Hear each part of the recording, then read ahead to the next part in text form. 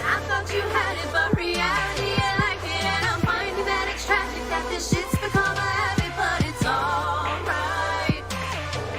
I'll be alright. See, I'm a savage, let my heart the bitch detaches, and I promise that this fire I carry turn you to ashes, bitch, it's alright. I'll be alright, baby. You ain't never met a girl like this one. You ain't never met a bitch like me. You ain't never felt the mouth so soft. You ain't never heard a voice so free. I was spending all my time trying to make your ass mine, when the entire time you was creeping from behind. And boy, I swear that my brain is turned to mud. My whole body's dull and numb. I can't focus on a plug. Fuck any kind of love that leaves me high as fuck. If that's the only way I'm saying.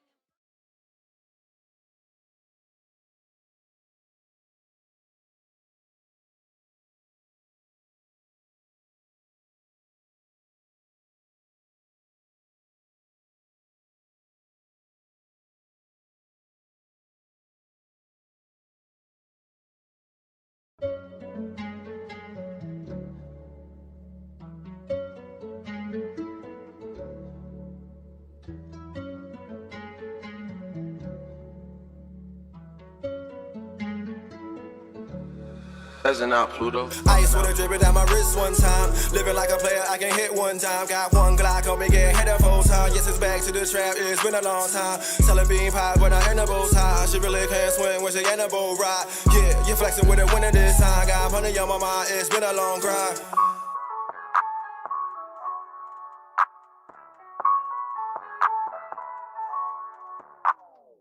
Ice with a drip down my wrist one time. Living like a player, I can hit one time. Got one Glock on me, get hit a full time. Yes, it's back to the trap, it's been a long time. Selling bean pie when I in the bows high. She really can't swim when she in the boat ride. Yeah, you flexing with a winner this time. Got money on my mind, it's been a long grind.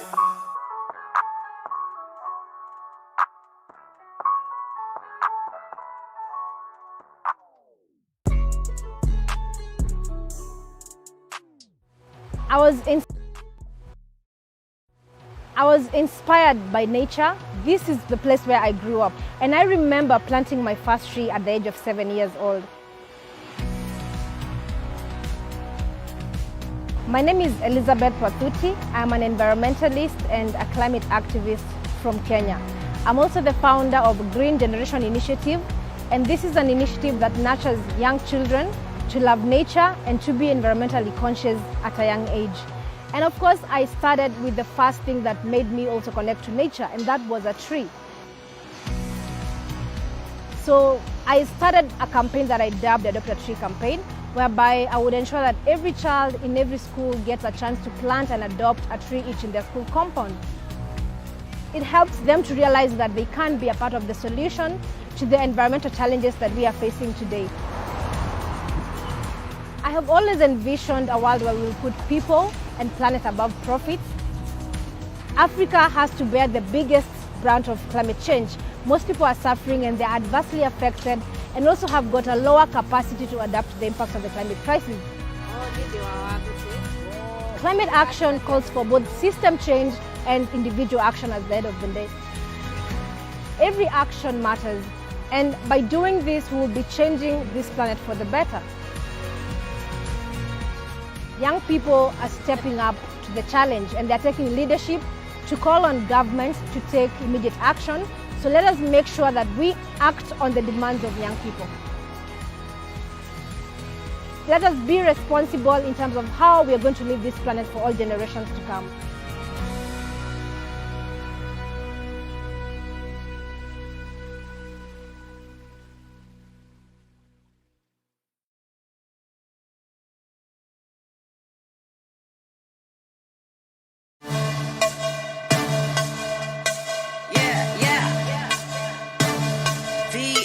This is Viana Marie, and you're listening to Hoobazoo.com.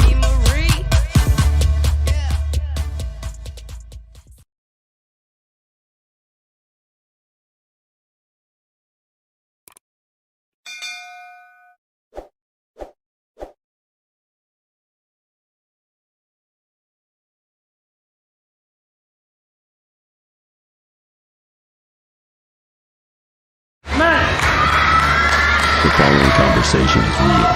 It took place on Tuesday, June 8, 2004, between a Blonde Star advisor and a subscriber. Blonde Star emergency, this is Steve. Is there an emergency in your vehicle? Oh my god. I've locked myself in my car and the keys are on the outside. Ma'am, oh my god. Ma'am, I need you to calm down. Okay, it's just that the windows are rolled up and I'm starting to sweat.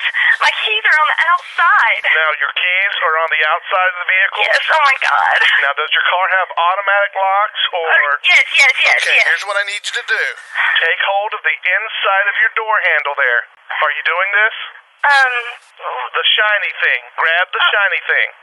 Okay, I've got it. Okay, now give that a tug. Okay. Did it open? Yes, oh my god, thank you. Okay, now what is that noise? Oh, that's my door alarm. Yeah, but that only happens if the keys are in the ignition, hon. Oh my god. You know what? Your keys are actually in your ignition. Yes. Okay. Oh my god, thank you so much, Blonde Star. That's why we're here. Do you need anything else? Blonde Star. No, that's Always it. on, Thank you so much. because you're always blonde. Can you dig it? Can you dig it? Can you dig it?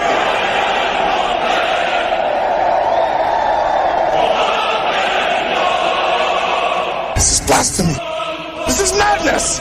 This is a booth.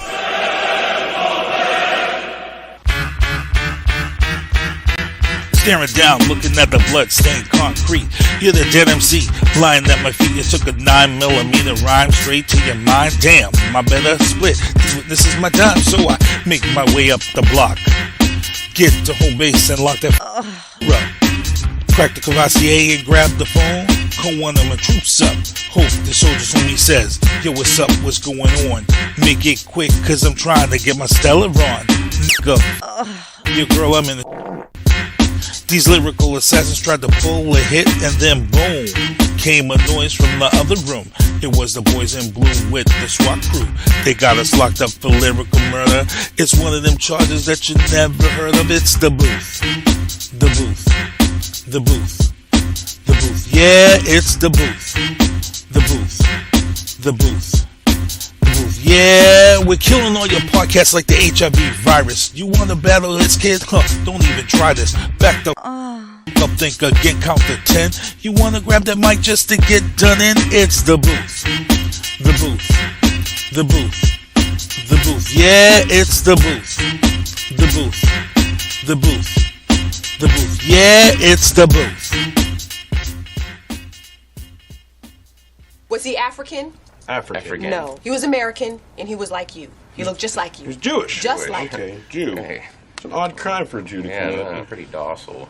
Okay, so we have an African Jew wearing a hoodie. No, you don't. No. No, that's not what I said. Is that what you heard me say? I said he looked like you. Do you look like an African Jew? No, I look like a cop. Yeah. He was Caucasian. All right, your boy Sinister One broadcasting live from the City of Champions. You are listening to The Booth. It is May 25th, 2021, and I got to give a big thanks to my guest last week, Crystal Tyson, who was on with us. She was a special co-host last week, did a great job, so big shout out to her for coming on the show. But tonight, as you guys can see over to my left, I've already got my first guest here with me, Robbie Silverman of OxFam, and later in the show, I've got Travis Partington from Oscar Mike Radio and Richard Fitz Jr., who has the film 21 Years of Folded Flag. This is a film that I think everybody really needs to see. It's about his father. It's a great veteran story, and make sure you guys tune into this interview. It's going to be a lot to talk about. Let me get into my sponsors real quick before we get into this interview. Michael Douglas Barreto, MDB Electronics. If you have a controller that's drifting or fading out or broken, this is my guy. I send my controllers out to him. I'm back to gaming within 24 to 48 hours. Michael Douglas Barreto, MDB Electronics. Also, my cousin's website is rebelrom.com. You want to check her out for her clothing line. Reach out to her. Make sure you purchase some t-shirts. Tell her you saw it here in the booth with Sinister One. Also, Tactical Target Systems. Those are those zombie targets that you see when I take my time and relax and go down to the range and shoot, because Again, I have this big fear of the zombie apocalypse, so I want to make sure my squad is correct. I want to make sure that my skills is correct. And I just found out that at my club that I go to, Braintree Gun and Rifle Club, they have hatchet training and they have crossbow training, which is something I might look into, because when I watch The Walking Dead, Daryl has lasted since season 1. And he doesn't even really use a gun. He's used a crossbow, an arrow. So, got to get those skills as a backup. Viana Marie is my artist. Make sure you check out her music and follow her online. But my guest over here on the left-hand side, this man here is Robbie Silverman of OxFam. And OxFam came my way through another celebrity who was on the Wendy's Williams show, and she has family over in India, and she made this post about what is going on over there with COVID and the struggles that they're going through. And I'm going to let Robbie really explain a lot of this, because here in America, we just got that news that pretty much in every state, a majority of 50% of everyone in every state has been vaccinated. And the importance of vaccination for COVID is very important. We've got school getting out early for everyone. In the beginning here, you had the anti-vaxxers. You had a lot of people who were worried about being vaccinated. But I think more people, as they see more and more people getting vaccinated, seeing more and more people not having issues. Yes, they had an issue with Johnson & Johnson with blood clots. But let's be real honest here. It was only 1% of those who received it. It was a very minuscule amount. When you have products or any type of failures, it's usually a lot more than 1% that a company looks to see, so 1% is very minuscule. The FDA and everybody has reapproved Johnson & Johnson for giving out vaccinations. So again, get your knowledge, get notified, but it's very important. And I'm going to let OxFam's guy here, he's senior management, Robbie, I'm going to let you introduce yourself, tell him your title, how long you've been there, and the importance of getting vaccinated.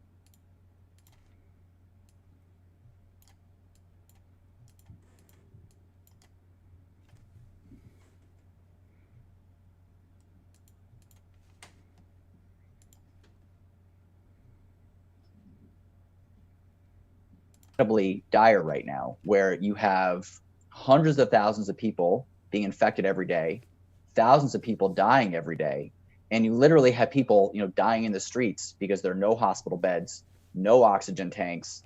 It's really just a catastrophic situation and a catastrophic humanitarian crisis. And it's really because we're not actually vaccinating people equally. The rich world right now, including the US, has administered 80% of all vaccine doses. The poorest countries, 0.3%. And so it's this vast chasm of inequality. We have the rich countries doing really well, starting to reopen, beating back the virus. And then you have poorer countries that have basically administered no doses. And it's not just Brazil. It's not just India. It's Brazil, it's Peru, it's Mexico, countries that are really, really struggling because they don't have access to the vaccines that we all need. And so one of the things that we're doing at OxFam is calling for a people's vaccine. And what that means is that everybody around the world should be able to have a free vaccine. No one should have to pay for it.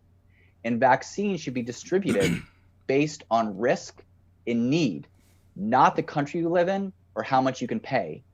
And the vaccines should be a global public good. And basically what that means is right now, a very small number of giant pharmaceutical companies have monopoly control over the vaccine. They determine how many doses they produce, where they're sold, and at what price. And because these companies have monopoly control, there aren't enough doses. It's this artificial scarcity problem where the world simply doesn't have enough doses right now. And so what we want is for the vaccine recipe to be shared so that you have every factory in the world that's able to produce vaccines running full tilt to get all the doses that we need so that everybody around the world can access the vaccine as quickly as possible. Wow, that is crazy scary. And this is the type of stuff that's behind the scenes that we don't know about. This is, like here in New England, which you're actually routed out of Boston, here in Boston. So you've heard the stories of how the Patriots have stepped up, and I guess they're going to be flying some vaccines out to some of these countries that need it. But again, the way you're talking is like that. This is. And this was my big worry when Trump let all these companies do what they needed to do, and they removed some of this red tape. This was going to be a new challenge for everybody across the board. And people can complain and be upset, but this is something that we've never seen before in our generation. This hit fast and furious, and before anybody really knew what was kind of going on, we were dealing with it right square in our faces. Now everybody knows I work at Logan Airport, and I've been kind of dealing with this COVID thing since the end of January, before they even really knew what it was. And it's just tough. I'm just, like I said, I'm just glad that we do have a vaccination right now, and that we here in America are able to get it. But my problem is that to hear this type of thing, it bothers me, and that's why I stepped up and I made sure that I wanted to put my money somewhere and help out and donate on a monthly basis to OxFam. And it's not just vaccinations that you guys take care of. There's a lot of other things. Can you get into some of the other things at OxFam too? I mean, the vaccination is part of the point right now, but I want everybody to know exactly everything you guys do. Yeah, Joel, just to take India as an example. So we operate in 90 countries around the world, and we do work on climate change. We do work to make sure that people have access to clean drinking water, access to hygiene. And that's one of the things that we're doing in India right now, because there are millions of people in India who basically live in slums in major cities with no access to running water and no access to hygiene. And so you can imagine in COVID, where so much is about proper hygiene. And if you're living basically in a shack with no running water, you're crammed with your entire family in basically one room. You can't socially distance. You can't make sure you're practicing good hygiene. And so one of the things that we're doing is making sure that people do have access to clean water, do have access to hygiene. And we're also trying to get at some of these root cause issues, making sure that we're actually investing in public health care all around the world, that we're investing in education, that we're investing in jobs. And so, we do work on a huge number of issues. Right now, vaccines are front and center because it's having such a huge impact on public health, on the economy, on jobs. And so, that's basically our highest priority right now. And even as we're doing really well in the US, there are warning signs, because the longer that the virus is allowed to circulate, the more variants that develop. And you're starting to see that now in places like India and South Africa and Brazil, where there are actually new variants of the virus that are more easily transmissible and that are more deadly. And right now, the vaccines that we have are protective, but there's no guarantee that that will continue to be the case. And so that's why it's really important that we vaccinate everybody as quickly as possible to stop the virus in its tracks. If not, then the virus will continue to mutate, and there may be a variant that develops that comes right back to us in the US, where the vaccines aren't as effective, and that could threaten our public health. And there's also a big economic cost. A lot of the world is still shut down economically. Mm-hmm. And so even again, as we're starting to do better here in the US, if we can't trade with other countries, if their economies are going to shut down, that's going to hurt us. And so the International Chamber of Commerce actually said that failing to vaccinate the whole world will actually cost the entire globe $9 trillion in sort of economic loss, and 1 trillion of that will be felt here in the US. And so as well as we're doing here in the US, we really do have to care about what's happening outside our borders, because ultimately it will come back and affect us and hurt our health and hurt our economy. And it's funny because, one of the things about COVID that I talk about, and I don't think a lot of people really realize, COVID was a culture-changing disease. And when I say culture-changing for a lot of people in a lot of countries, you had to change certain mentalities. Now, I remember years and years ago when Africa had the outbreak of Ebola, and I remember watching Channel 2, and one of the main things that they had to bang into their heads in Africa was that they had to immediately change their culture, because one of the reasons why Ebola had spread so fast is because they had this culture where when someone died, they kept those people in the hut, and then their tradition was when they had their burial or a ceremony for that person, everybody touched that person who died. And when everybody was doing those ceremonies and touching that person who died or kissing that person who died, Ebola was spread. People like OxFam would have to go in there and educate these people and say, hey, you've got to change all of this. You can't do this type of stuff no more. Here in America, and I hate to say this is 2021, and I hate to say this, but before COVID, I would go into a men's room at a game or something, and if the stalls or the sinks was full, a lot of guys, I hate to say it, would leave the bathroom and not wash their hands. I went to a restaurant about a couple of weeks ago, and I mentioned this last week. You know, I was happy to see that a majority of guys now, they're taking the time, they're washing their hands, and it's just simple stuff such as that teaches people that the importance of why we needed to have this. And I mean, you guys have a tough battle ahead of you for this. And I mean, pretty much a 24/7 gig for you. Yeah. But you know, there actually is really amazing momentum. Okay. So India and South Africa have a proposal with a World Trade Organization to basically let them manufacture vaccine the doses in their own country. And India is actually one of the world's biggest vaccine manufacturers for other diseases, including actually now for COVID. And there's a proposal that India and South Africa are leading on. More than 100 countries are backing this proposal. And what it says is basically, give us the recipe. We have factories, we have the scientists, we know how to do this. Let us manufacture the vaccines that our own population, our own citizens need. And up until very recently, the United States was blocking that proposal. And it started under President Trump, where he was very loud in his opposition. And he basically said, nope, I don't want to do anything that's going to threaten the private profits of U.S. corporations that are currently own the recipe. And he was literally prioritizing private profits over public health. It's been a big change from President Biden. And actually, just like 10 days ago, he made this incredibly groundbreaking decision to actually have the U.S. support this proposal by India and South Africa to open up access to the vaccine recipe. And that is completely unprecedented. It's an amazing example of U.S. leadership. And so there's actually real hope now. And there's a lot of work still to do, right? We have to, make sure that President Biden's, that his leadership is heard on the world stage. Not all rich countries are bought in yet, but he's leading on that. We need to make sure that we're actually investing in manufacturing so that we can have factories that are pumping out these doses as quickly as possible. We also need to invest in the public health infrastructure so that once countries have the doses, you actually have the nurses and medical workers who can go and actually make sure that they get shots in arms. And so there's a lot of work still to do for sure, but there's really very encouraging signs of hope. And President Biden's decision was really revolutionary, and it's really something to build on and something to be proud of and keep working toward. It's funny that you mentioned President Trump, and I don't want to go back to beat a dead horse because he's been out of office for more than 100 days.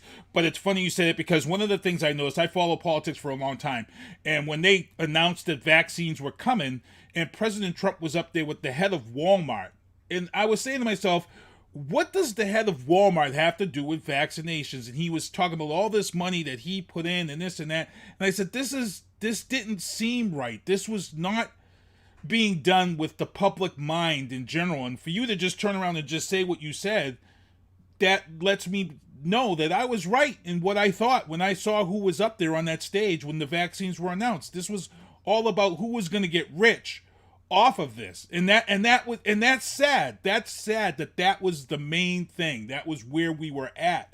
And I just can't believe it. So there's a couple of things I want to mention before we wind this interview down.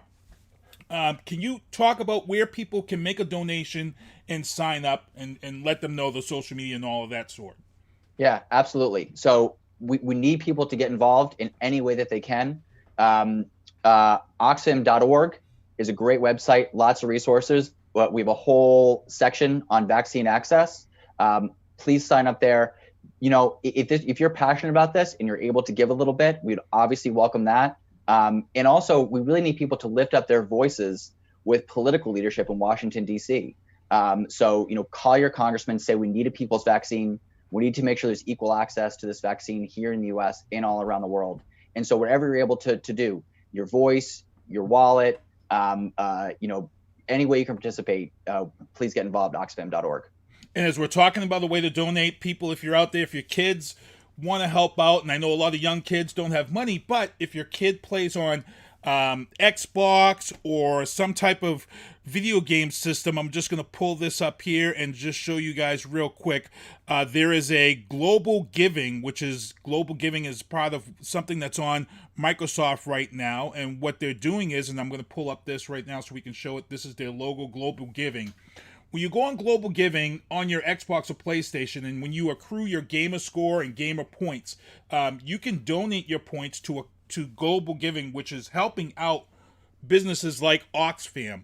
And what they're doing is that every 5 points is $1. And this is great for getting your young kids involved and teaching your young kids the importance of giving back. And I'm going to let Robbie explain how this is important and how this does help and how it does help teaching your kids. Yeah, I mean, we need everybody involved in this fight. I mean, this impacts everybody. Everybody needs these shots. And until everybody gets these shots, no one's safe. Because one of the things we've learned is that, COVID anywhere is COVID everywhere. And so we need to get everybody involved, including kids. And also now kids themselves are, 12 and up are eligible for the vaccine, which is amazing. And is, again, a huge sign of progress here in the U.S. We have to make sure that kids everywhere also have access. And it's really important. Nice. Robbie, I want to thank you for coming on. This was a great interview. I do have a PSA that you guys have linked me to. It's the People's Vaccine. I'm going to let you introduce this, and then I'm going to play this PSA. That way we can let you get out of here. But again, please mention the social media and the website and the organization. Yeah, so we're on all the social media channels, OxFam, OXFAM. Please hit us up and follow what we do. And yeah, the People's Vaccine, that's what we all need, and basically means it's a vaccine that's free, that everybody can access, and we need everybody to support it. So it really is a vaccine that belongs to the people. All right, Robbie, I want to thank you for coming on. Robbie Silverman is the guy right here in Boston. How weird things work out that this guy was right here in Boston doing this, and it's great stuff. So here it is, people. People's Vaccine. Pay attention. And if you missed it before the show, there's a Green Generation initiative for something that they've got going on in Africa. Like I said, it's not just about vaccines. OxFam does a couple of different things, so I'm just going to show both videos for you guys. Robbie, I want to thank you for coming on. Just hold on here. I'm going to talk to you off air real quick. We all want to end the pandemic and reopen the economy. But to do so, we need a COVID-19 vaccine that is available to everyone. Thanks for having me. Hope I hit the A point you people's wanted me to. vaccine. For years, drug companies have raised the price of our medications while receiving billions in taxpayer dollars. Now, the U.S. government has given them $10 billion of our tax dollars to develop a vaccine. Yet, the drug companies will still hold complete control over the price and own the patents for medicines we paid to invent. Sound unfair? That's because it is. We need a people's vaccine that is free for everyone, everywhere. Without a people's vaccine, there's no guarantee of a treatment that's affordable and accessible to all. Where you were born and how much money you have shouldn't determine whether you live or die. Cool. A people's vaccine will be affordable and distributed fairly, based on need, not ability to pay. Across the world, drug companies are getting rich while millions cannot afford care. A people's vaccine is a chance for change. It's this simple. COVID-19 vaccines invented with taxpayer dollars must be made available for free to everyone who needs them. It's time for a people's vaccine. Unmute. There you go. I'm unmuted. Nice bar.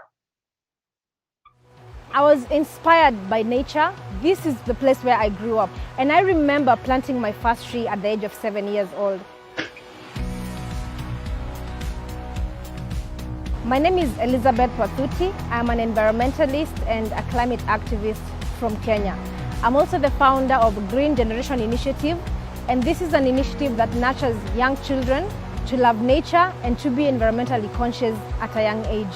And of course, I started with the first thing that made me also connect to nature, and that was a tree. So I started a campaign that I dubbed the Adopt a Tree campaign, whereby I would ensure that every child in every school gets a chance to plant and adopt a tree each in their school compound.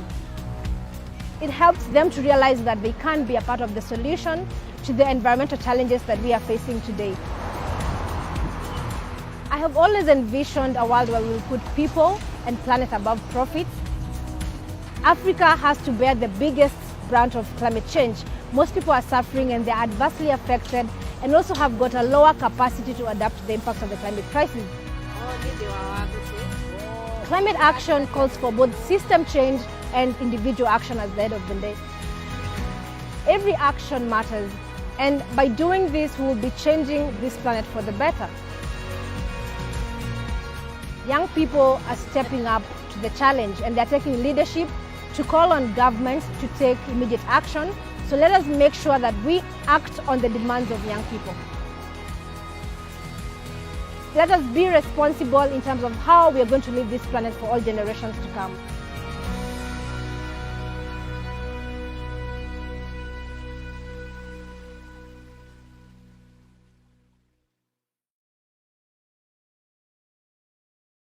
All right, guys, we're back here in the booth broadcasting live from the City of Champions. I've got my next two guests ready to go here on the show with me tonight. And again, I just got to mention a couple of things here as we get into it. I got to thank Robbie Silverman for coming on the show with me tonight from OxFam. As you guys heard, that was just India's situation. You have to try to change the entire culture over there, and they're in a situation where COVID is just blown up. So if you can help out with them, oxfam.org, Robbie Silverman out of Boston right here. Yeah, he's a senior manager. Please, please, please reach out to him.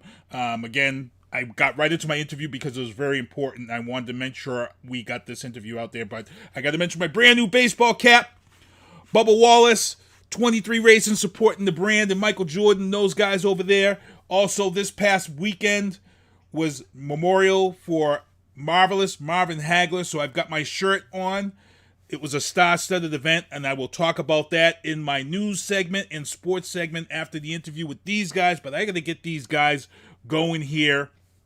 And if you look down below Sinister One, below me, it's my guy, Travis Partington. 5 years ago, this guy walked up to me. I was at the Dale Dorman first radio tribute at Massasoit College. This guy walked up to me and he says, "Hey, I've got an idea for a podcast. I want to start this podcast geared towards veterans." And I said to him, "Dude," I says, "I can have you on in less than 3 months." And you were like, "No way." I says, "Nope." And I said, "Look, trust me." And it was a lot of work. He started out, he was wet behind the ears. He was a rookie. I respected him, though, because he was a Marine. And even though he was a Marine, there were things I had to tell him right out the gate, He was doing his podcast. I'm like, look, you can't be a drill sergeant. You got to come up and be personable with the people. You got to make sure people like you and get that voice. You got the voice, but it's your delivery. And look, everything that me and Travis talked about and we did, and Travis has nailed it. Travis, tell him, you've been going a long time now. You've hooked up with Mistress Carey. You're doing all types of fundraising. This is something that you said to me helped you. You said you were at a point where you needed to do something. You've branded Oscar Mike Radio. You've got hats. You've got connections with Semper Savage. You've got this thing with Richard Fitz up here. Talk about it real quick before we get into this interview, man. It's great stuff. I'm proud of you, man. Oh, appreciate it. Thank you so much. Yeah, it was a low time in my life. I was trying to find my way out of a valley, and I didn't have much, but I had a voice, and I found out that radio wasn't really going to work for me. So instead of getting discouraged, I tried podcasting, and I think it goes back to, if you try to add value to people's lives and try to tell their stories in a real authentic way, you can make some change. And all I want to do with Oscar Mike Radio is just help one person. And I'm really pleased to be here with you tonight, Keith. It's been a long road. You've seen the transition and the growth. I really appreciate that. But the one person here tonight is Richard Fitz Jr. And when we got a hold of this story, I couldn't believe it was actually true. I couldn't believe it actually happened because it's so far away from how things would be dealt with today. And meeting Richard and being able to see his story, grow and mature and get out there and help him and support him, it's just been an amazing experience. Just wouldn't have any other way. And I'm going to let my man over here, Richard Fitz Jr., he's going to introduce himself and what's been going on with this film. And like I said, when these guys are done with this interview, I'm going to actually be showing everyone this exclusive trailer because they're actually going to be showing this thing coming up this weekend. So, Richard, I want you to introduce yourself and let the people know who you are and what's going on. Thank you. I want to reflect the same feelings that, that Travis had mentioned. He's been a big help. My name is Richard A. Fitz Jr. I am what they classify as a Gold Star son, which is when you have an immediate service member and their family that is on active duty that gets killed. However, my stories are a bit rare and a bit different. My father was classified as missing in action for over 21 years. I was 2 years old when it happened, and the family was not privy to the information because it was so highly classified that even we were not told what actually happened. He was in a unit that was completely deniable and operating in what they call neutral countries that we weren't supposed to be there. So no dog tags, no identification as Americans. If you get caught, we don't know you. That's type of stuff. So, kind of where a lot of origins of the Joint Special Operations stuff is where it all started, was this unit. So it took me over 21 years to find out what really happened. And do you want to kind of give people kind of an idea, or do you want them to be able to see this film? Well, the film is basically, it's almost real time as I'm finding out different aspects of what happened. There's a very crazy timeline because the 21 years went by, and it was about 1989, probably late spring, give or take, that I got a phone call from the government saying that they found the remains. And so they had probably at the time, probably the largest military funeral in mass history at the time. And, it was a it was a huge story. But even then it was still classified technically.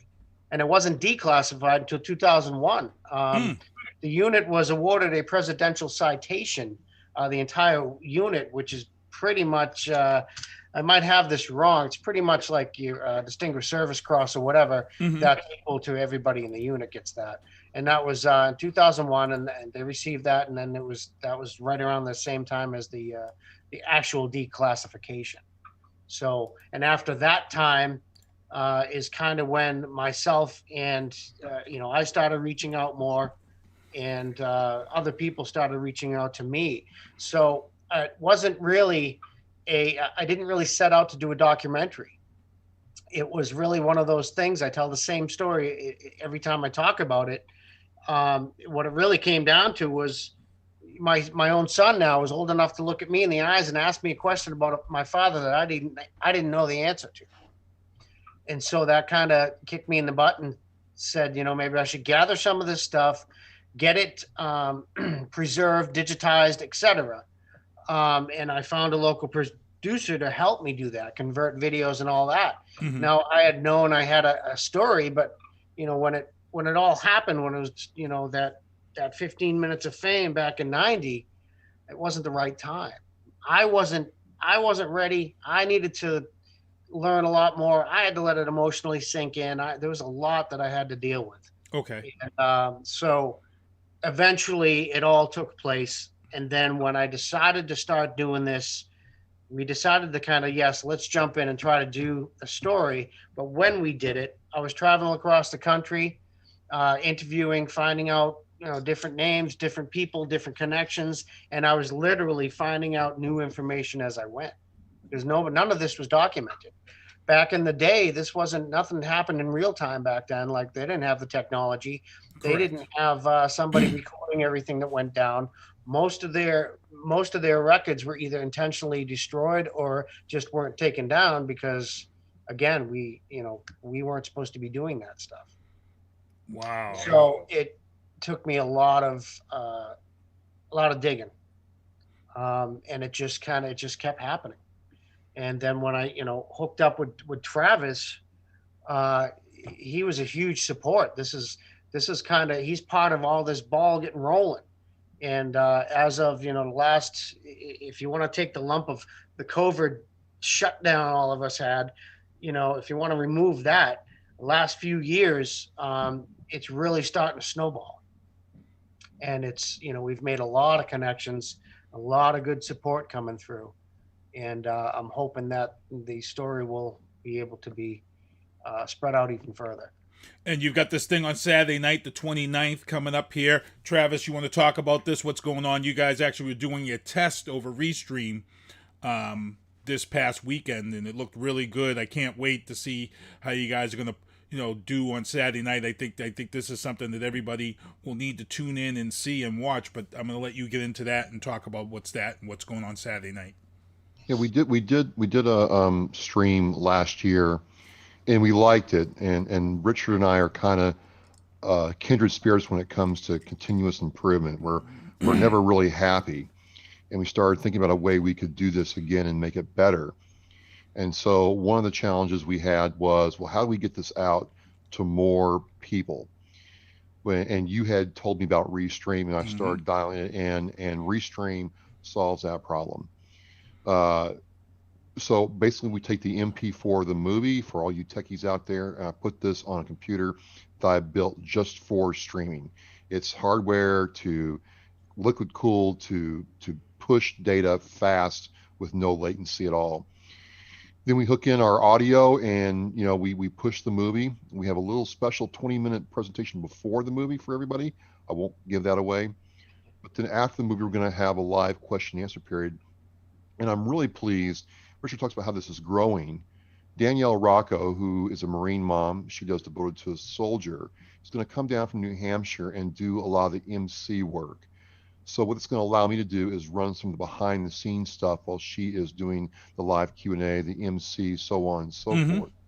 So what this has done is it's allowed this to grow to different audiences. More people are getting involved, and we're now getting the technology really dialed in to where, give us an internet connection, we can tell this story to thousands of people at one time very easily. And so, a lot of this, comes back to continual, things. You kind of pointed out things we could do better and different. The line's going to be all set, and you take that and you internalize it, and you try to deliver a great experience. And, again, Richard and I are it's kind of weird. We're very different guys, different backgrounds, but we like creating things. And to see it come together I'm really honored, Keith, to be a part of this. And it's great stuff, and it's great that you guys are, doing this, and I'm glad that we've landed you guys, for Hoobazoo. Matty Cameron is in the chat. Matt Cameron, Matty sees Sports for You and Me. He's another guy that I've kind of helped out, who's got a great show, great sports program. He follows this show at 8:30 every Tuesday night. He's got UFC fighter, MMA fighter Peter Barrett on tonight on his show. So big props to him. Thanks for hanging out with us, Matt, tonight. But I'm pretty ecstatic. I'm pretty excited to see what you guys are going to do on Saturday.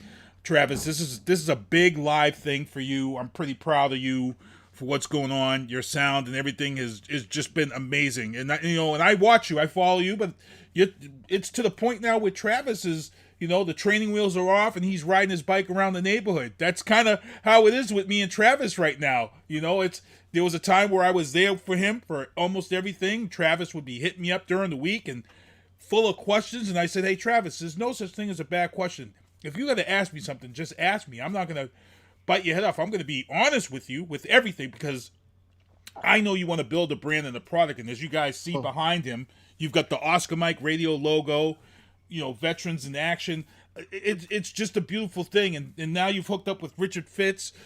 It's just a thing here that I look at and I say to myself, this is a marriage made in heaven, that you've been able to help this guy, because this was kind of one of the things that you wanted to do. You wanted to be able to help people in these situations. So I can see it in your face, I can see it in your voice, that this is something that you're very proud of, and this is kind of like, this is your baby, working with Richard on this project.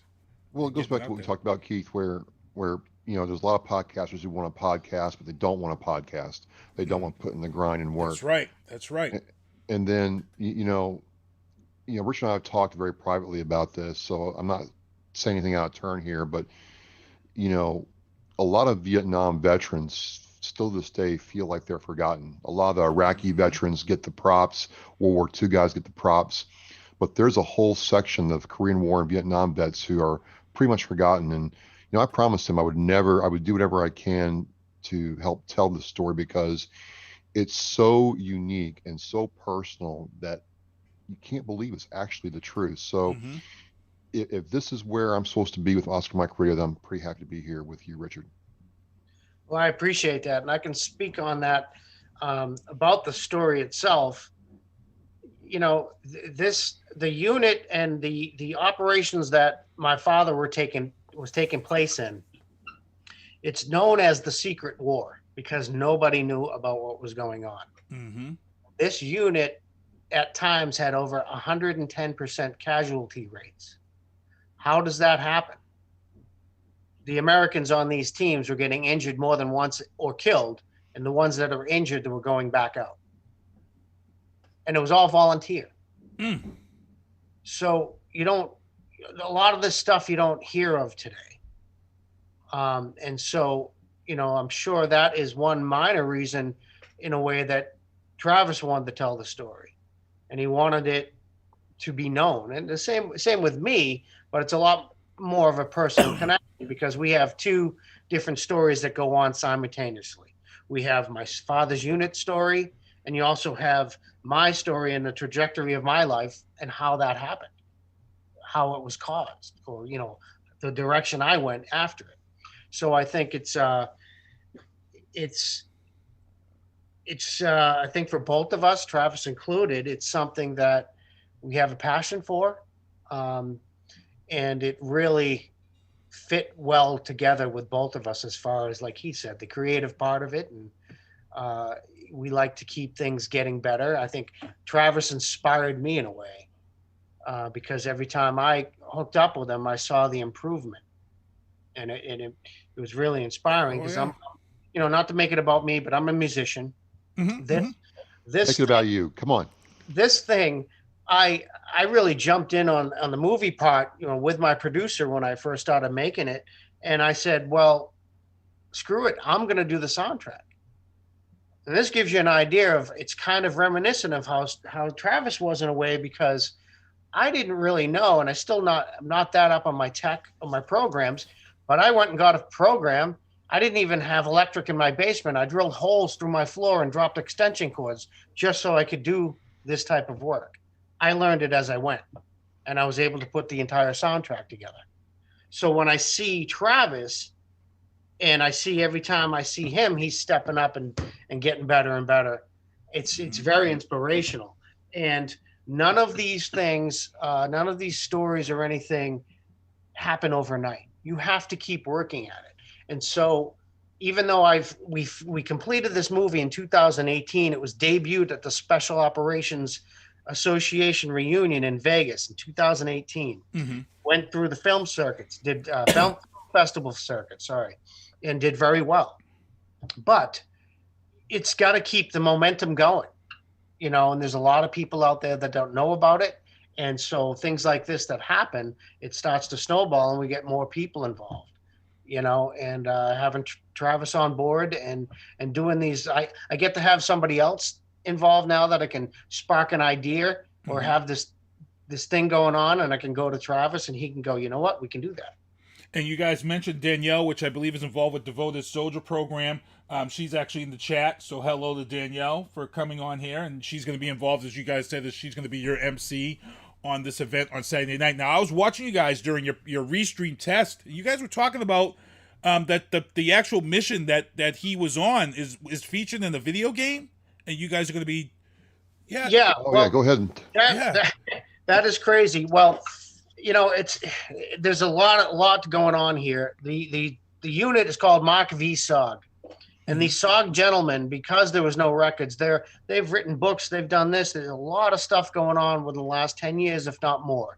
And I found out my father's name was in multiple books, and I never knew.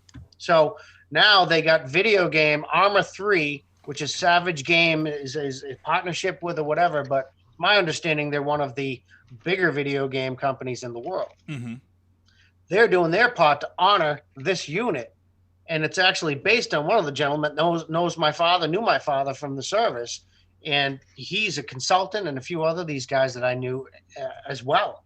And just so happens that they created this video game based on these teams and these gentlemen.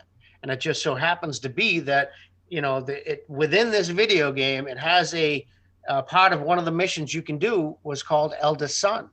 Eldest Son was the code name for one of the missions that my father was attempting to do and he got killed on. So I don't really want to give too much of that away. Right. Yep. Exactly. We have a little presentation that's people are going to see, and I think it's just it blew my mind. I was, I get these goosebumps, So we'll see all this stuff on Saturday night, the 29th. Yeah, that's part of the preview that we're doing. We have like a little short thing, like Travis said, 20 minutes, 23 minutes or whatever. And that's going to be an introduction to the actual movie itself. But it will really give an idea about who is paying attention, who is involved, and who is really given their time. Wow. It's going to make it's really a good, it really is gold. I got to be honest with you. It's really impressive. We've got a lot of people sitting here in the chat, and I want to say hello, Dave Haggerty. I see you in the chat watching along with us. We got a lot of people in the booth chat, and I got to thank you guys all for coming in here with us and hanging out with us here. But what I got to see what we got going on here. I want you guys to mention social media, how people can follow you, how we can get in touch with you. I'm going to start with Richard first. I want Travis to take that. Well, I guess, there's most of the links and stuff will be posted by Travis, etc. But on a personal note, you can go to my Facebook page. Just look under my name, Richard Fitz Jr. Mm-hmm. If you want to know about the documentary, there's the Staff Sergeant Richard A. Fitz documentary Facebook page. I just recently started a YouTube channel called Sons of Sog. And that's brand new, fresh. And I think if Travis, you can speak on some of the outlets that you have going on that we can. Sure, absolutely. This is going to be streamed. This is going to be streamed to the Oscar Mike Radio Facebook page, the Richard Fitz Jr. Facebook page, and the Staff Sergeant Richard Fitz Facebook page, and we're going to do it to Danielle's Facebook page. So there's 4 audiences there. We got going to Twitter, Oscar Mike Radio on Twitter, YouTube, Oscar Mike Radio, and Richard's YouTube channel, and we're getting Instagram set to go to for Saturday, maybe a couple others, and it's going to be on Twitch as well. So we're streaming the entire thing to Twitch. And to go back a little bit, what we're going to do is my son is going to be playing the Arma 3 Prairie Fire Eldest Son mission during the live stream. He's going to be streaming that to Twitch. And we're getting some heavy hitters to come in and help him go over the objective, because I'm trying to play Arma right now, folks. I'm going to tell you, it is not Halo. It is not Call of Duty. It's hard. It's hard. So there's a lot going on here, and we really appreciate all the support and everybody pitching in to help out and promote and tell the story. Great stuff, guys. Great stuff. So what we're going to do here before we let these guys go and I finish out my show with some topics, but we've got the actual trailer right now for this film that's coming up on the 29th, Saturday. 21 years, a folded flag. I'm going to let these guys, I'm going to let Travis or Richard introduce their baby, and we're going to let these guys get out of here, and thank you guys for coming on, and thank you for everybody that's going to be involved. I see Danielle in the chat, so Danielle, thank you. There's Danielle Desmond. She's also saying hey there. Viana Marie says good stuff tonight. Hey guys, so hello to Viana Marie. Hey V. For tuning in. For those who don't know, if you feel like in the Christmas spirit during the summertime, Travis Partington actually did a duet with Travis this past Christmas. And Travis showed off his singing chops with Beyonce. Look at him, he's blushing. Is that blushing I see from Travis?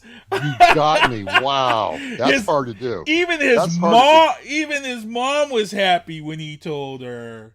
Wow, you got me. You got me good there. So maybe when you're reviewing, yeah, he does, man. Man, Richard, you got to get him on the mic. You got to get him up there on stage and sing some stuff, man. Belt some stuff out. I have thought about it. Believe me. Yep. Got that baritone working for you, Travis. Oh yeah. So, Travis White. All right, so you want to introduce this, right? Yes, please introduce. Right, so this is the actual official trailer. Again, I'd be amiss if I didn't mention the producer's name is Rudy Childs, and I met Rudy through the music world. He does a lot of rock and roll documentaries and such, and he was the one that helped me put together. He's the producer on this. I am. I was cast in the role of director only because it was my story. And again, like I said, I did the entire soundtrack, and this is the official trailer that we put out for it. And I think it's about 3 minutes, give or take, something there. Cool. So we're going to let these guys get out of here. We're going to show you guys this trailer of 21 Years of Folded Flag. Again, it's this Saturday night. What time again, guys? 5 p.m. Eastern Standard Time. 5 p.m. Eastern Standard Time. Please make sure to check them out on all of the social media that he mentioned. It's also going to be exclusive on YouTube also. And here it is. There's the trailer for 21 Years of Folded Flag. Guys, I want to thank you guys for coming on, but don't hang up yet. I'm going to talk to you guys off here real quick. There are no American combat forces in Laos. The events that took place then, in a top-secret war, would completely alter my life forever. My father, Staff Sergeant Richard A. Fitz, was a Green Beret who was killed in Laos on November 30th, 1968 on a classified mission. But one of the most memorable one, the gunships came first, and they just circled us and were surrounded. They said we got the word that there were maybe 300 surrounding us, 300 people, and they just started shooting anybody around us. And they kept on shooting all day long. When we came out, General Stilwell was waiting to congratulate us personally. He had been listening to the whole thing over the radio while Krauss was calling back for airstrikes. He made the remark that it sounded like World War broke loose on that goddamn hill. He said the only thing he wanted to ask us is where we got the balls to ambush such a large force with only 12 men. We were shouting at each other. That's how close we were. They were hollering us, and we were hollering at them. And then we called in airstrikes, and you heard them get burnt by a white phosphorus. And I heard them screaming. And take that, you son of bitches. And we were starting to run out of ammunition. I carried a pretty heavy load, but we were getting low on ammunition, and we started getting more selective of where we're shooting. 3.2 million Americans served in Vietnam. Of that, 20,000 were Green Berets. Of that, 2,000 served in SOG. Of that, 400 to 600 ran recon, of which your dad was one. And so those numbers tell you how elite the unit was and what your dad was a part of. I don't know if I make the beret or the beret makes me. But let me tell you, whoever that beret is, you can see or feel me. We came around just seconds after it actually hit the ground. An internal explosion took place out of the cargo door. The resulting explosion and intensity of it more than likely took the lives of the 7 Americans on board. And it was obvious from the reports of the other helicopters, the Army helicopters, that when it impacted, that was it. There was no chance on God's earth that anybody survived that because of the ammunition. The government, however, would not admit any knowledge of his death and would keep his status as MIA, or missing in action. And for me, 2 decades later, it would all come around again. For God and country, and for our great nation.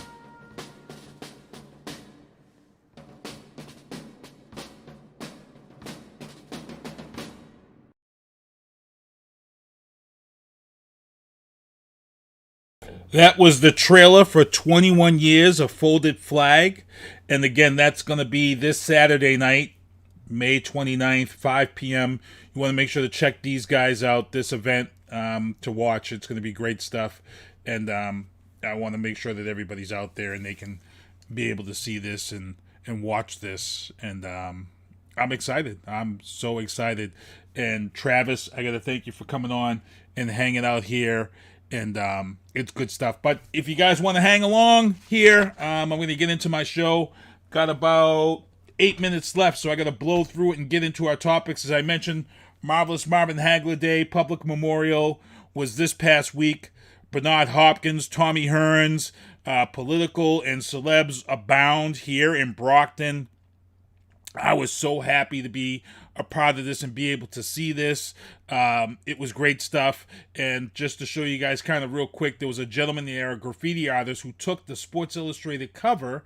And I'm just going to show you this picture right now that he did of Marvin Hagler. And I'll tell you right now, if this gentleman offers this picture of Marvin Hagler as a print, I'm buying it. I'm buying it. This is, Marvin Hagler did a lot for the city of Brockton. A lot of people don't realize this. Marvin Hagler broke the racial barriers in Brockton also. It brought Brockton together as a community. Everybody loved Marvin Hagler. It didn't matter what color he was, and it didn't matter what color you were. Everybody loved this guy. I remember moving to Brockton in '78, and there was still some questionable, sketchy places to go to in Brockton as a black person, but once the Marvin Hagler thing took off, it really unified this city as one and broke a lot of barriers for, different races in this city. So big ups to him. Big ups to him. And it was a great event. Moving on into the news legal booth, Texas lawmakers approve a bill to allow people to carry handguns without a license or background check. Texas and Florida right now are doing the most. They're very upset at the fact that President Trump lost this election, and they're rewriting laws and doing all of these things of such. It's kind of scary stuff. Look, I understand you want to let people to carry handguns without a license, and I get it. I understand it. But we need background checks. And my problem with background checks is they need, in my opinion, background checks need to go deeper and further into the past. Because when you go and look at most of these mass shootings, most of the people who've committed mass shootings is tied into a mental issue, and I can name one right here in the Northeast, the Newtown, Connecticut shooting. That young man, he was known to have his mental health issues. This last recent one that happened, this man had issues all the way back to school, but because these issues have to be protected and sealed, the information about him in school was not made available. He was able to, acquire a firearm, and then he did what he did. My feeling has always been that when you're going for a background check for a handgun, I think it should go deep. I think it should go into the past of somebody who's in school who's had some issues. And I just feel that way. I know a lot of people don't feel that way, but that's me. I think the background checks should go much deeper. I think everybody should have a background check in regards to mental health history. And I think that would definitely cut down on a lot of these mass shootings and some of the crime that we are going through. Texas also passed a bill banning abortions at the 6 to 8 week mark. Again, like I said, they're doing the most right now. Doing the most. That's putting Roe versus Wade on check. It's speaking for women across the country, and it's not a good thing. It's not a good thing. And then I'll talk about what Florida is doing down there. It's just crazy stuff. Moving into the entertainment booth, once again, I got to mention the San Diego Music Awards. Voting is still open. Please vote for Van Bates' Black Hesher, nominated for Best Rap Album. Saints and Sirens. I've got my San Diablo All-Stars Cup sitting right here with me. Every week, We Miss You Van is going to be here. They just announced that they're going to have a thing here on June 11th for him. So you want to make sure to be here on June 11th for Van Bates Memorial. They're actually having a memorial for him on the West Coast this weekend. And I know guys like Ty Hunt and Diastro and Scott Sinan is flying out this week to link up and film. They're actually going to be filming at the tribute. So it's this weekend, the 29th, they're going to do a thing for Van Bates. So wish these guys great travels. In the entertainment booth, Paul Mooney, comedian, writer for Richard Pryor, dies at age 79. He was a trendsetter. He was a black gay comedian, and he didn't take any shit from anybody. And I'm just putting it bluntly. He didn't take any shit from anybody. He wrote a lot of stuff. He caught a lot of criticism for making jokes about Wayne Brady on the Dave Chappelle show, to the point where Wayne Brady had to show up in a skit. And if you guys remember the infamous Training Day skit with Wayne Brady and Dave Chappelle, that skit was pretty much inspired because of the comments that Paul Mooney had made about Wayne Brady, you know, being whiter than Bryant Gumbel. So Paul Mooney, a lot of people remember for that, but he was very influential with a lot of people in their careers and comedy. Not just Richard Pryor, but a lot of white comedians really respected Paul Mooney, and he wrote for a lot of those people too. So rest in peace to him, 79. Also in the entertainment booth, Henry Cavill is looking to be in the Highlander reboot. I don't know if it's going to be a reboot or a remake, but let me just say something here. Clancy Brown played the Kurgan. And if you all remember who Clancy Brown was, he was the guy that was chasing around the Highlander. You know, he wanted to be the only one. He wanted to be the last one to be the Eternal. So I want to know who the hell they're going to have to play the Kurgan. Because I hate to say this, but Clancy Brown stole that movie. He stole that movie from Christopher Lambert. And we can't have cancel culture, because in the original Highlander, Sean Connery, a Scottish man, played a Spaniard in this film. Unfortunately, you can't have a Scottish guy play a Spaniard in a 2021 film, because cancel culture is going to be all over that ish. So we got to find somebody to play that little role if this is going to be a remake. I don't know if this is going to be a remake, but here it's saying a reboot. And sometimes when they report on these, they use the words wrong, so I don't know exactly what it's going to be. If it's a reboot, that means it may be going in a new direction. Henry Cavill may even be a new character, but either way, I am ecstatic to see it. Highlander actually had a TV series that went on for a very long time. It was very successful on TV, the Highlander TV series also. For that, moving on the entertainment booth, Sprial, which you guys, a lot of people didn't know about because of COVID and stuff, but when I saw this trailer, Chris Rock in a serious role in a horror film, Chris Rock really pushed for this role, said it was time to change the way that his career was going. So we have him and we have Samuel Jackson in this film. This is part of the Saw franchise.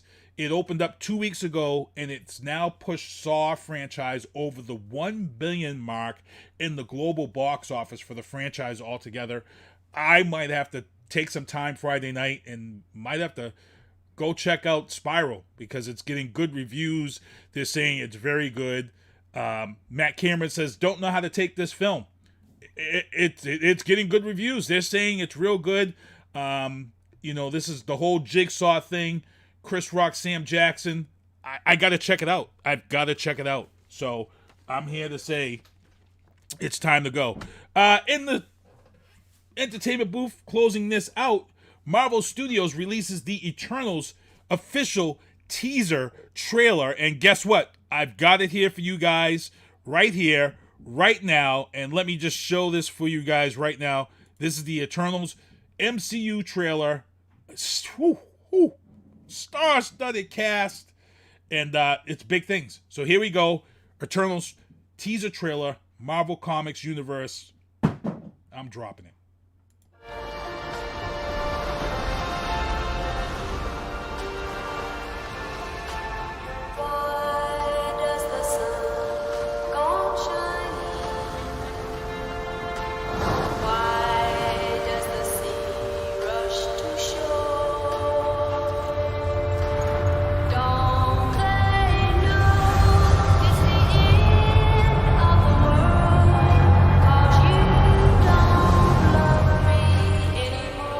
Beautiful, isn't it?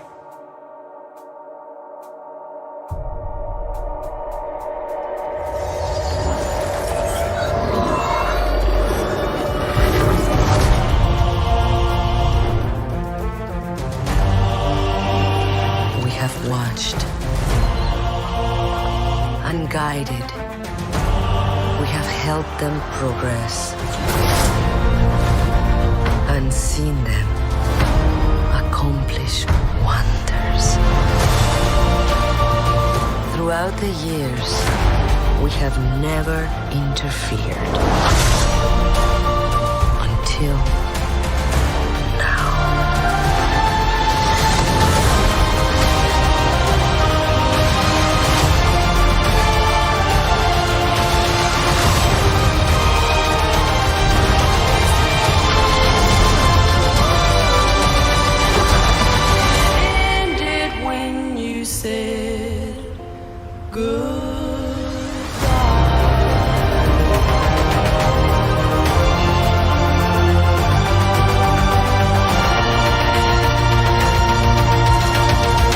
Thank you for this. Oh, you're welcome. So now that Captain Rogers and Iron Man are both gone, who do you think's gonna lead the Avengers?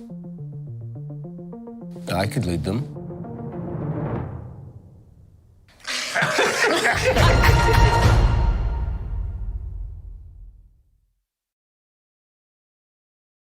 So I don't know if you guys were paying attention during that trailer. There was an Asian gentleman, a big Asian gentleman in the back there. And I don't know, for film buffs like me, yo, Train to Busan. If anybody's seen one of the best Korean zombie movies of all time, it's actually, doesn't even matter that it's Korean. If I had to name my top 5 zombie movies of all time, Train to Busan is in the top 3. And the Asian gentleman who is in that trailer, he is in Train to Busan, and I don't want to ruin it for you, but man, his little part almost made me cry. Almost made me cry. I'm not gonna lie. And people, if you haven't seen it, I tell everybody about movies that you need to see. If you haven't seen Train to Busan, it's a zombie Korean horror film. Originally, it was only subtitled, but I believe they do have the dubbed one on Netflix now, and you can watch it dubbed, and it's a good dubbing. But yo, add that to your zombie movie list. Train to Busan. Trust and believe me, you'll be in my inbox, and you'll be like, damn, how did I not know about this movie? Trust and believe me, it is a great movie. Hey, my cousin, I got family in the chat. Sean Cooper, what's going on? Kevin Jeffries, host of Happy Hour with Lito. What's going on? Kevin Jeffries, check him out on his show. Moving on into the sports booth, UFC Fight Night takeaways. Boston's own, the Cartels, Rob Font beat Cody Garbrant, decision. But look, people, it was unanimous. Why? Because Rob Font whooped that ass. Was a little tough in that first round, but once he figured him out, Rob Font made Cody look silly. And this is a big one, people, because when these are the type of fights that Dana White's a genius. Rob Font is hungry. Rob Font is up and coming. Rob Font was outside the 1 to 10 rankings of that bantamweight. Cody was in the top 10. So in other words, Dana gives him that fight and says, hey, yo, Cody, this is a good fight, but this is a dangerous dude. You know what I'm saying? Rob's a dangerous guy. You got to be on your game against Rob Font. And Rob Font has been knocking people out. He's been whooping. But to take this fight to Cody and get the unanimous decision, yo, this is going to hurt Cody in his standings, and this is going to catapult Rob at least to the number 11 top 10. So I can't wait till the updated MMA rankings come out to see where Rob lands on this rankings. I got to say, you got to put him in the top 10. And we go from there. That's where I'm at on this one. I can't wait to see. Biden bombshells, Florida governor, and I talked about Texas and Florida doing the most right now. Both of these states were Trump states doing the most right now. Florida Governor DeSantis signs into law to hold big tech companies accountable for content moderation practices. In easy layman's terms, what they just did is that they want to be able to control social media and hold them supposedly accountable. People are going to be able to sue social media for not allowing them a platform. But here's the thing. Before Biden got in office and all this stuff, people talked about taking away rights and taking away people's this and that.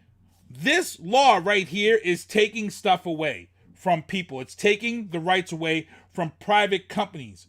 Private companies can have their platform and promote whatever platform they want because that's their right as a business. If they lose business because of what they think and what they believe, that's on them. The government doesn't have a right to allow people to sue. Look, in commercial radio, the FCC says that you have to allow equal time to elected officials. Equal time. In the FCC, I can see that because radio is monitored by the government and it goes out over commercials. And social media is completely different. It's a private effing company. So for them to pass a law where people will be able to sue, and just remember, Governor DeSantis, this ish works both ways. Because President Trump has his own social media. So if people feel unhappy about him and what he's putting out there and the lies that he may be putting out there, guess what? Those people can turn around and sue President Trump and his From the Desk of President Trump website for what he's putting out. Remember, this ish works both ways. And they don't think about that. They don't think about that. So this is a very dangerous thing to look. Pay attention, people. This is the stuff that affects all of us. Pay attention to this one. I'm just letting you all know. It's a tough one. Before we get out of here, and I mentioned my beanies, I've got a couple of things coming up here in Are You Serious? And in Are You Serious, I got to show you guys a video of Phil Mickelson, 50 years old, taking home the PGA Championship this past weekend. Watch the amount of people at the 18th hole and when he shoots his shot for the 18th hole. This is some crazy stuff right here. And then after that, I've got another Are You Serious to show you guys featuring Simone Biles. Oh my God. So here it is, Phil Mickelson, 50 years old. 50 years old taking home that PGA title. Here it is. The following conversation is real. It took place on Tuesday, June 8th of 2004 between the Blonde Star advisor and a subscriber. Blonde Star. That all but locked. The 9-iron.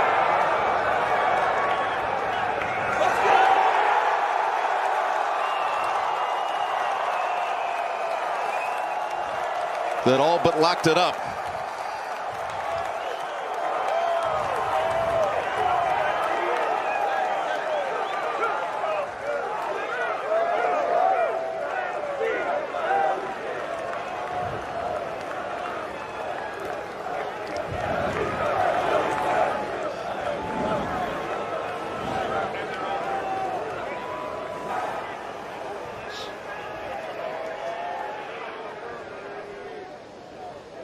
Well, Nick, you had all those times when you walked up the 72nd at the Open Championship, but I don't know that it ever felt quite like this today.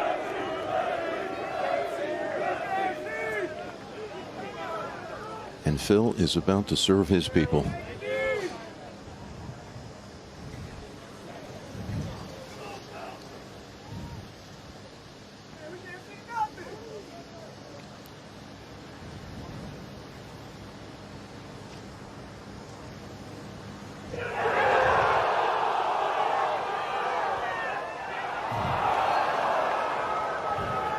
Here it is. Biggest moment of a legendary career. Phil defeats Father Time.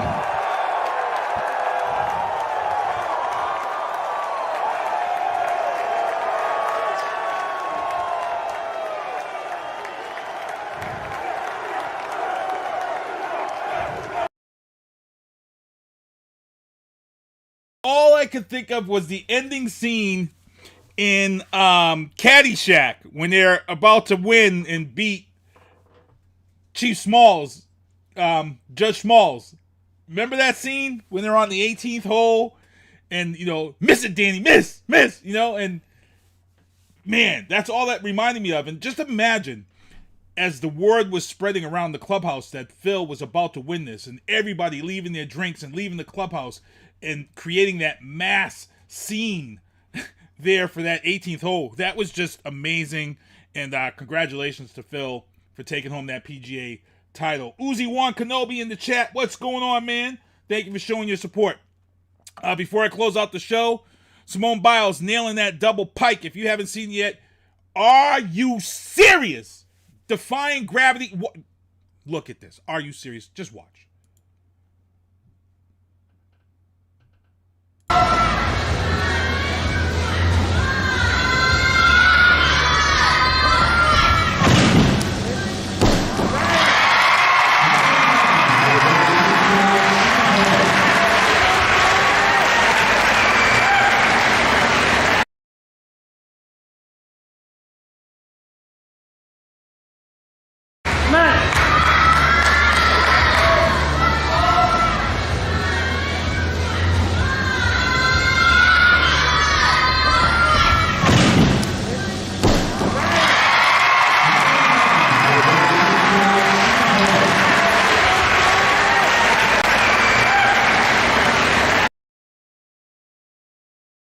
That happened so fast, I had to show it again. She got 3 full revolutions before she planted. Craziness to see her pull that off, and the Olympics hasn't even started yet. Vegas, put your money on her. Man. Get ready to get out of here. Get ready to close it out. Everybody for showing their support. Robbie Silverman from OxFam, thank you for coming on. Travis Partington, thank you for coming on here. Good stuff, man. Richard Fitz Jr., 21 years of folded flag. Thank you for coming on. Check out my Sinister One Productions. Beanies, only a little bit left. T-shirts, baseball caps are coming. I got to mention Drafting the Circuits and Oscar Mike Radio. Make sure to check out those podcasts. Happy Hour with Lido. Make sure to check them out. And at 8:30, Matty C's Sports for You and Me with Peter Barrett. Cage Titans, big announcement. Fight coming up. Can't wait to see this man fight at home. Again, everybody who supports this show, wearing their beanies, checking it out. Peter Barrett up there. Kevin Jeffries, Travis Partington, Matt. What's going on? Viana Marie, my brother. Mr. Melodic. Ty Hunt.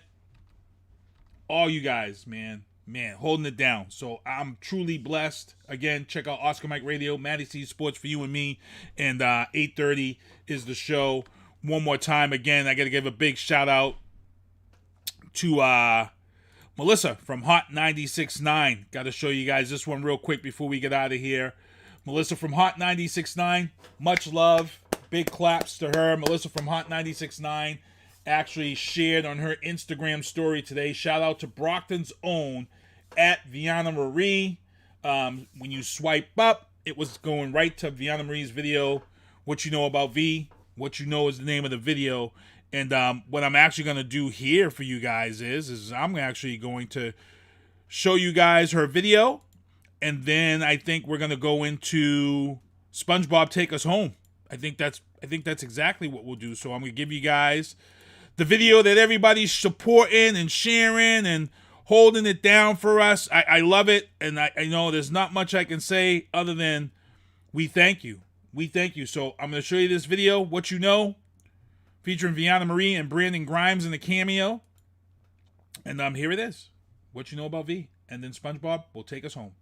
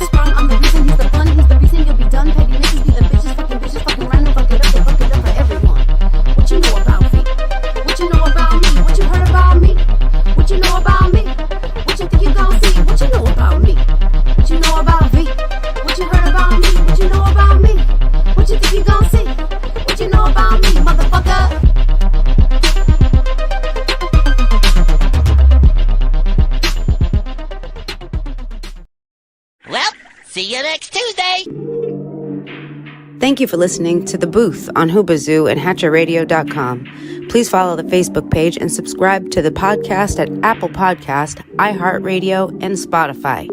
The Booth is a Sinister One production hosted by Sinister One. I've got to start hanging out with friends that are a little more intelligent and understand politics and stuff. It's just that I'm up on this level up here, and all my friends are down here. Me, nah. You guys, nah.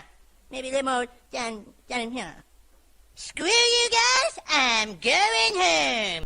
I smoke, I drink, I do my thing. These bitches hating, so you know I got to make it plain. Don't do cocaine with your chick, my main. We stick together, true forever, yeah, you know we bang. I miss those days, which was easy. If only I make it, bitch, don't repeat. Now that I done upgraded, I've been upstate, but y'all think I'm playing. And I got a hit now for these weak assholes who think I ain't slaying. Try me, and I'll probably end up laughing, cause I never back down. I'm that chick with a clean ass whip, I don't need that shit, I got my own now. I get hurt, I get tired of fussing, fighting, guess I gotta crack down. Don't mess with me, cause on everything, I'ma have to bring the whole city out. WHOOBAZOO, that's Hoobazoo.com. Enter website, enter website, enter website, enter website.